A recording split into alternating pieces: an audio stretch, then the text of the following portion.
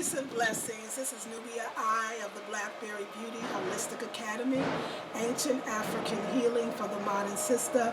Welcome to the Monday Inspirational Upload for the group Wild Women Who Run with the Womb. You must excuse me today. I am definitely in need of rest. As many of you know, or maybe you don't know, and I promise I'll do much better at letting you know when I'm doing special things. I was in Los Angeles, California. I was doing my part being filmed for a documentary.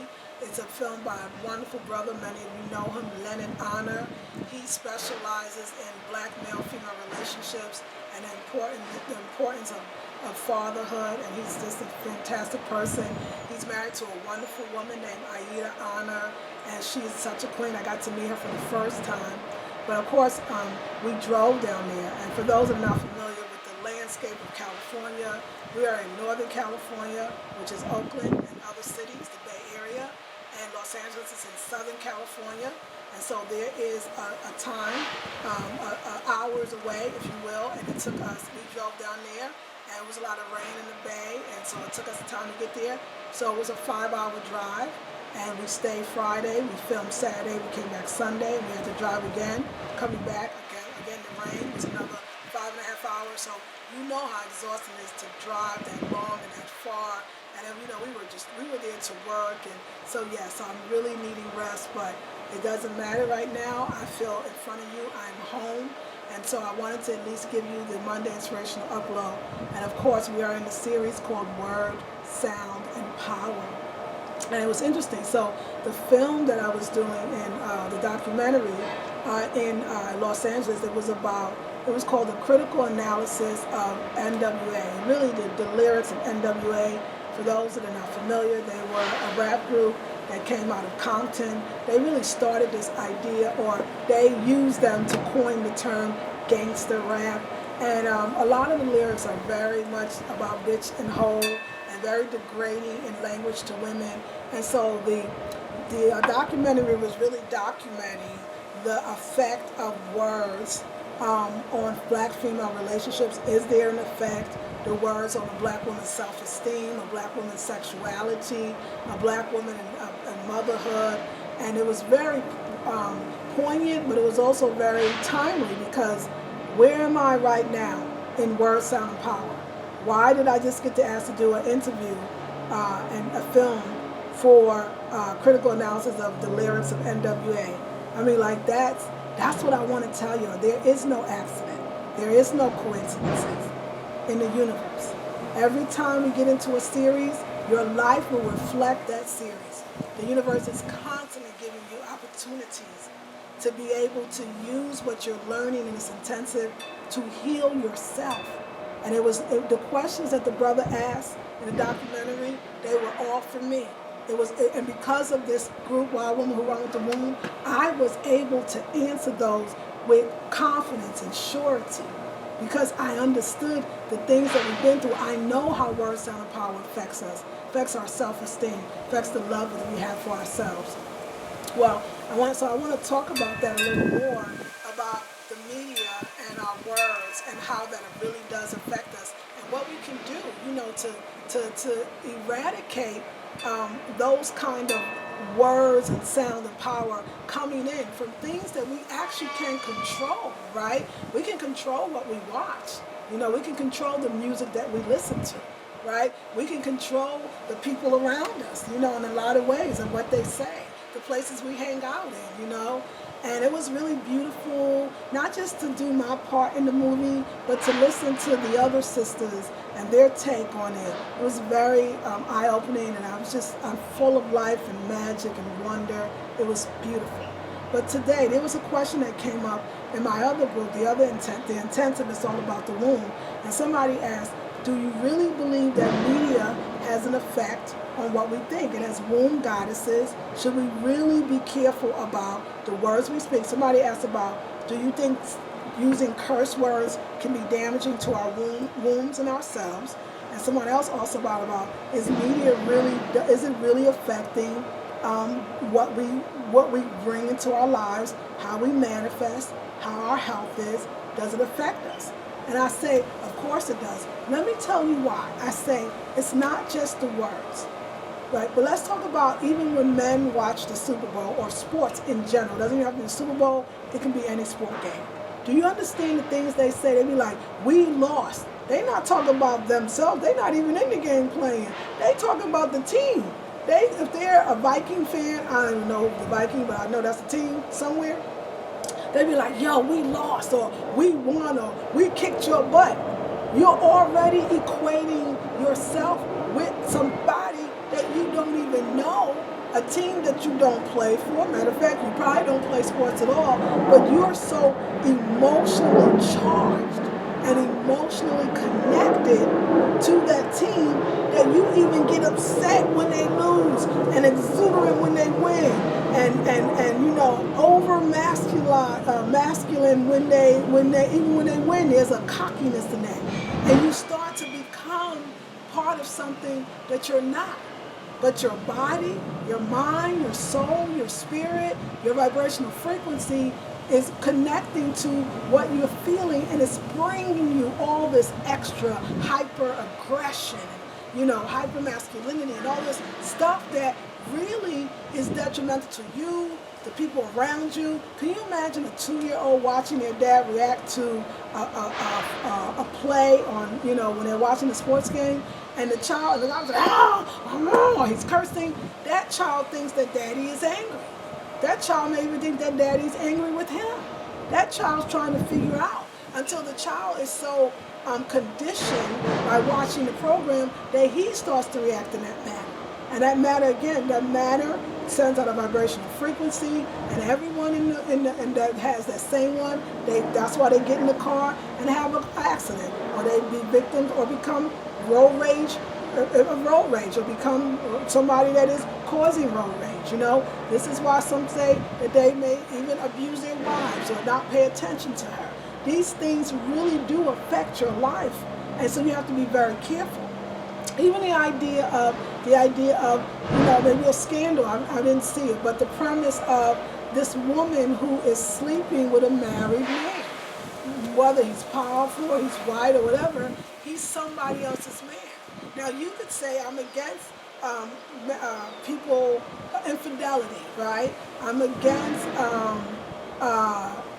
what's the words, cheating, was a married couple, or my husband cheating on me, or a woman cheating or having an affair with a married man, right? You know, I'm adultery, right? I'm against that, right? I don't believe it. I don't want my daughter to think it's okay to be with a married man, but yet we watch these programs, and our children are watching us watch these programs, but yet we're telling them not to do it. You know, we watch Love and Hip Hop, or I think that's what it's called, or I don't say hip hop basketball, I don't think basketball wives, or whatever these so-called unreality reality shows are, which we know are scripted. We know that they're scripted, yet we be into it. Girl, we talk about, did you see what so-and-so said? Did you see what, I mean, we talk about that woman, let's say Sharonica. You saw what Sharonica said? Girl, Sharonica was in rare form. You don't even know Sharonica, but right now you still, if somebody say, oh, that's a stupid show, or Sharonica ain't nothing, you ready to fight over Sharonica and why you love her. Not this group, but people in general, right? You see how people get so emotionally attached. The universe doesn't know that you're not really, that you don't know Sharonica. You know, the universe doesn't know that you're not really reacting, or it's not you having these emotions. You are having those emotions. You are emotionally vested in something that can bring you nothing but anxiety and stress. You know, you want to be loving and happy in order to get loving and happy things in your life, and that's not the way to do it. So when you think it doesn't matter, it really does. You know, even if you're watching the show when your daughter or son goes to sleep, or you've taped it and you're watching it in secret, what is that doing to you? You're saying that you don't believe in adultery, right? You're saying that you don't believe in, you know, men being dishonest or women being dishonest. You say you don't believe in women fighting each other or cursing each other out, but your mind is taking this in as a belief. It actually is going into your subconscious, which really records everything and never ever forgets. And what is your subconscious for us as wild women who run with the womb? It's our womb. So sometimes you have fibroid tumors, you go, but I'm in a loving relationship, I'm a vegan, vegetarian, a raw foodist, I eat well, I do affirmations, meditations. Why do I have fibroid tumors? Are you watching reality TV? Are you watching sports that's getting you upset? You know, it might be that your body doesn't know that when you're emotionally reacting to that program, that it's not really about you. The body says, the mind says, the spirit says, it's all about you. So you want to be very, very careful about watching that kind of stuff. It does matter.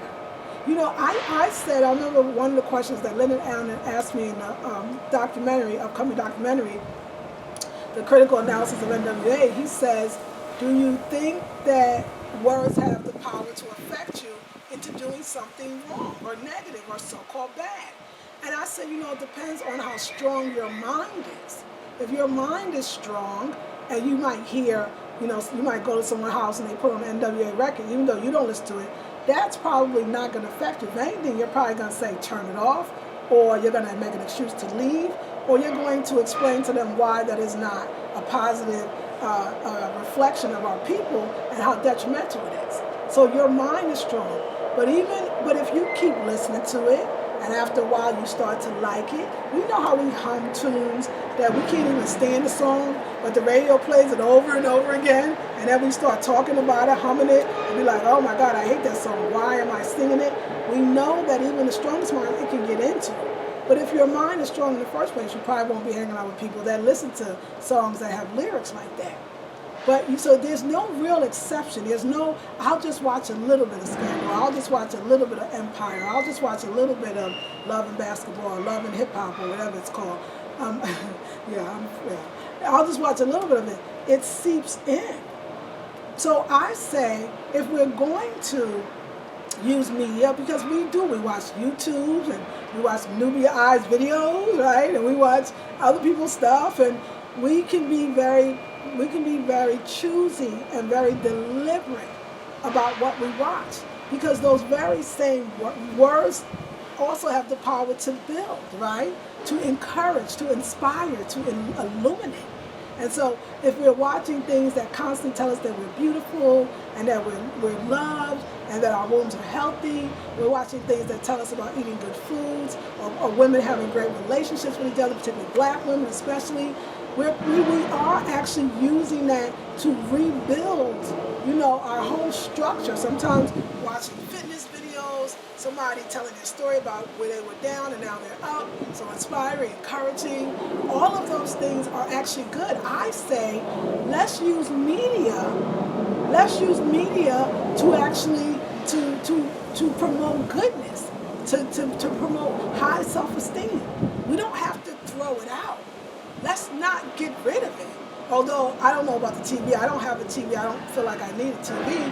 But I love social media. I choose and pick what I want. I'm saying to you, if I can give you an assignment, I want you to find 5 people, 5 programs, 5 things on social media that is uplifting, illuminating, inspiring, encouraging, and empowering. I can't repeat that because they just came from the top of my head. That was spirit talking, but you got a video, so it's on the video. That's what I challenge you to watch. And I say nothing but those things that do those 5 things. If it has, let's talk about curse words. Somebody asked in the video, in my other group, it's all about the womb. Is curse words acceptable? So let me say this. It depends. You don't want to be a cursor. You don't want to be a person that every other word is mother effer, and you don't want to be calling yourself bees and other people bees, and you don't want to be using, you know, these kind of derogatory words just to always and every day, in your everyday language, when it's not necessary. But sometimes in the process of your healing, sometimes to get your point across, sometimes to let somebody know without a doubt you're not playing, you might have to say, I'm releasing the shit from my womb, because really it might be shit in your womb. And another way of saying shit and describing it, or it's not as accurate, it loses the meaning. If you say, I'm willing to get rid of the doo-doo in my womb, it ain't really doo-doo. It's not feces that's coming out your womb, right? Shit implies the stuff that ain't good, the people that ain't good, the vibrations that's not good, everything. Ish involves everything. So you may need to say that for a few times until you realize there ain't no more shit in your womb, and you can say, my womb is full of love and light, right? You may need to tell somebody that ain't getting the message because you're so nice, and they say, hey, you want to go on a date with me? Be like, no, thank you. You know you're beautiful. Can I get up in that? That's not appropriate. Please don't say that. Hey, can I go out with you? And you've said over and over again, you might need to say, fuck off. Fuck off. And guess what? They're going to leave because that word, they knew you meant business. So it's how you use it. You're using it for emphasis. You're using it to release something. Sometimes, you can release using, there is the dark side, the dark shadow, the parts of us that actually can be used to let go. There's a lot that is released in the dark, to be revealed in the light. So in that way, yes, but that kind of, so now there's people that every other word they say is a cuss word. And usually those people not only cuss, but they're negative. So they got some negative thing to say, and they're using negative words to express their negative feelings. You don't want to be around those people, and you don't want to be one of those people. So in that way, no, that curse words are detrimental to you. And eventually you'll find words that, or ways to express yourself, even emphatically, that doesn't involve those curse words. But for healing, you may use one or two. You know what I'm saying? It's okay. So, but of course, you want to continually, surround yourself, drench yourself in words that are positive, that promote beauty and good feelings and love and respect and honor and joy. That's what you really want. And so doing that. Also, too, I want to talk about the power of even fragrances to uplift you, to change your mood. Because it's really your mood that affects the words that you say, and it's really those thoughts, and even the thoughts that you think. If you're not in a good mood, if you're feeling down or tired or fatigued or upset or violated in some way, Leonard Honor actually, as one of the gifts he gave each person he asked you, he said, I want to make sure we have snacks for you during the filming. What would you like? And I said, well, I'm organic, so as long as it's raw, I'm raw. He said, I'm going to have you a whole basket of fruit, all organic. And he had the basket with fruit, and he had filled with fruit.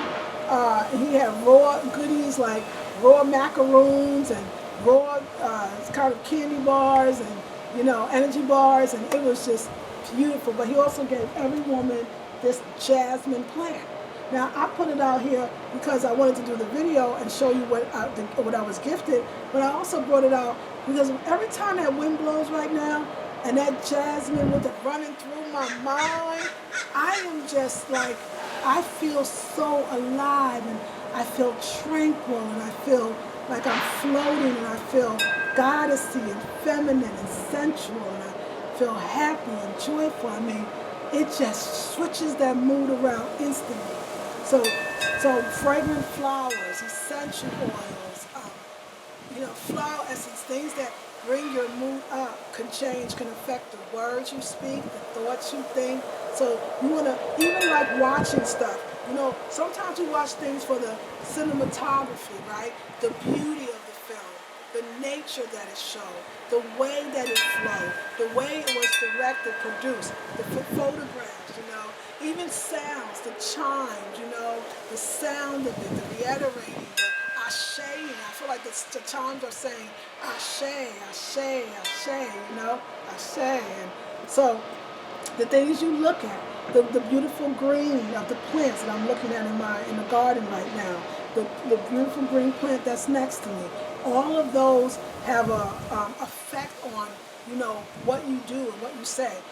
Something that I really wanted to get across in the film, I did not want to criticize black men, and I did not want to criticize young black men who grew up to be very important, wonderful, enterprising black men, NWA, family men. And I also wanted to put everything in context. Maybe a bitch in a hole comes out of the idea of the whole crack era, right? And what they saw. But more than that, like when we were going to do the filming, we were doing it at Leonard's cousin's house, and the house happened to be in the neighborhood of South Central. Don't remember ever being to South Central. I'm not from LA. When I go to LA, I don't usually go to South Central. And so we got to the spot early. That was the house that I was about to be filmed, and we decided to take a ride around the neighborhood. And man, South Central, I never saw so many churches, whether it was Baptist or Methodist or Presbyterian, whether it was black churches or Mexican churches, or 5 and 6 on one block, and then blocks and blocks of them. But right next to the churches was the liquor store, the liquor stores, the mini marts, the liquor stores, the mini marts. And then there was no hospitals. There were clinics and clinics and clinics and grocery stores, and no supermarkets, no places of healing, it was everything that indoctrinates you to feel sad and depressed. There were no the trees were tiny. There were very few. There was no flowers, no trees, no beauty. There were addicts at the bus stop. There was a lot of people at the bus stop. There were people talking about Jesus Christ in Spanish and trying to get you to convert. It was depressing. Oh my God. There were so many fast food restaurants. I've never seen it. Like, I feel like I grew up in the project, lived in the hood, all that stuff. But let me tell you, South Central and LA especially, LA in general, I find is a walking advertisement. So you could find 50,000 malls and even mini malls in every other block you go. So in the so-called decent area, it's still advertising. There's the Best Buy. There's the Panda Express. There's the Craigens. It's this constant businesses, big businesses, big box all around. So in general, it's the advertising. They say Madison Avenue, New York, but LA is visual, and it says telling you to buy shit you don't need all the time. So use that concept of South Central being part of LA. It's that visually there's nothing there. There's nothing to have hope for. And that affects your lyrics, your thoughts, your ideas, what you believe, how long you think you're going to live, your mortality rate, what you believe about yourself, what you believe about other black people. So when I tell you to keep flowers around you, that it affects how you feel about yourself, or it could, I really mean it. Or positivity, or things that promote health, like healthy stores and Whole Foods. I don't think there was a Whole Foods in South Central. I really don't think so. So, word, sound, and power, the media to me is billboards. So it's not just TV. It's not just social media. It's billboards. It's the lack of. It's not having. It all affects you. And so surround yourself around beautiful things, loving things that promote wellness and goodness. Anyway, I've been talking for a while, and again, I'm in need of some rest, so I'm going to take it, but and I was done anyway. I hope this video helped you. I hope it inspired you. I hope you'll do some of the assignments where you just go out and find beautiful things and monitor what you watch. And I'm sending you so much love and peace.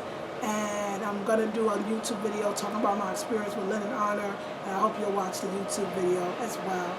This is Nubia I of the Blackberry Beauty Holistic Academy, Ancient African Healing for the Modern Sister. Peace and blessings.